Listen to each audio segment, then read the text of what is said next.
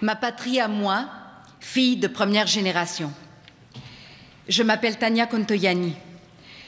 Comme tant d'autres noms, mon nom et mon visage vous renvoient tous les jours mes origines étrangères et souvent, vous ne voyez pas que je suis, jusque dans mes tripes, une Québécoise. J'ai vu le jour au printemps dans notre capitale nationale, alors qu'au même moment, une cruelle dictature éclatait au pays de mes parents, la Grèce. Moi, j'avais la chance de naître dans un Québec en pleine révolution tranquille. À peine venue au monde, ma patrie m'enseignait que les bains de sang ne sont pas nécessaires au changement. Ici, on allait faire les choses autrement. Je suis entrée dans l'adolescence au moment où le peuple québécois revendiquait son identité distincte et tentait pour la première fois de se donner un pays, démocratiquement. J'ai grandi en ayant le privilège et le droit de célébrer la culture de mes parents, de m'éduquer en français, de me tromper, de changer de voix, de devenir ce que je souhaitais. Quand sur tant d'autres terres je serais opprimée, le Québec a fait de moi une femme libre de ses choix. Et je me battrai toujours pour qu'il soit aussi libre que moi. Quand je voyage dans le monde et qu'on me demande c'est comment le Québec, mon cœur explose de tout raconter. Parce que je l'aime. J'aime ces vastes territoires qui inspirent la liberté.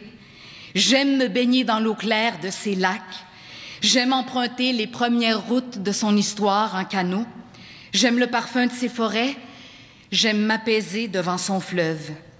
J'aime avoir le vertige de ses hautes gorges, de ses falaises et de sa beauté. J'aime connaître le Québec de fond en comble parce que l'on aime bien que ce que l'on connaît.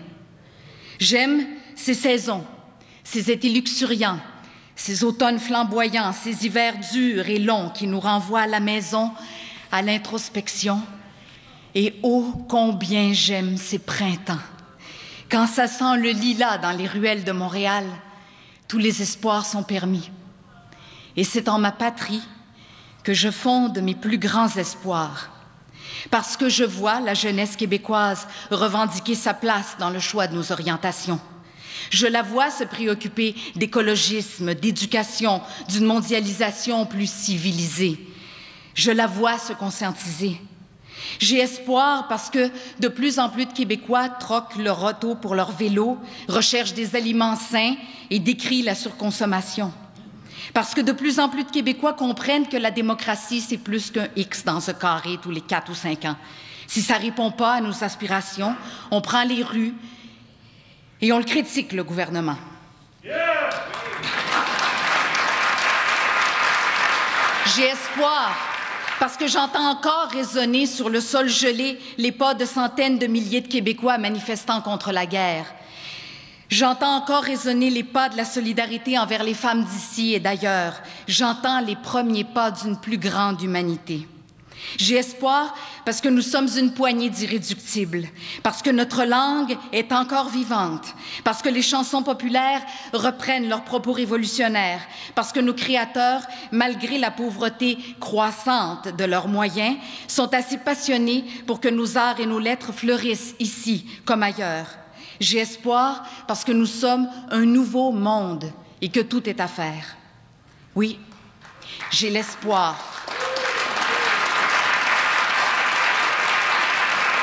J'ai l'espoir toujours vivant qu'un très grand courant prendra sa source ici, au Québec, pour se déployer comme le Saint-Laurent.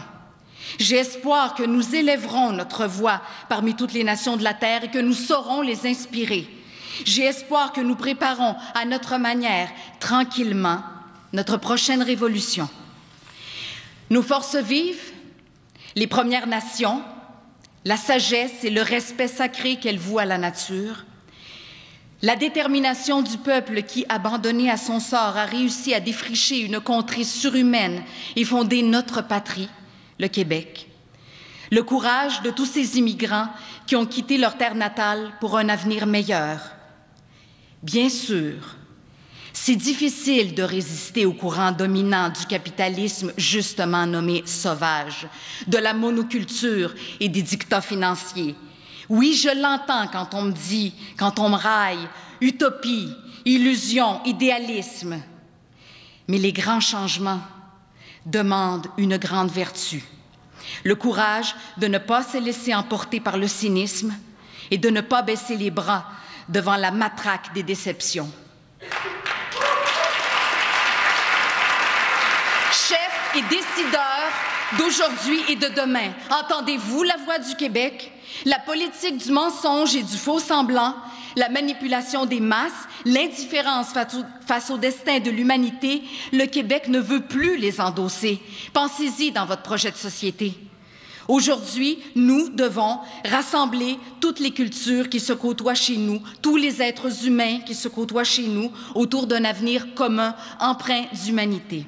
Nous devons concevoir son image en puisant notre inspiration dans la source même des plus grands idéaux que les Québécoises et les Québécois avons tous nourris et qui nous ont conduits jusqu'ici. Et surtout, nous devons plus que jamais continuer notre marche vers le projet le plus noble que puisse porter une nation, être maître, le seul maître de son destin. Vive l'indépendance du Québec!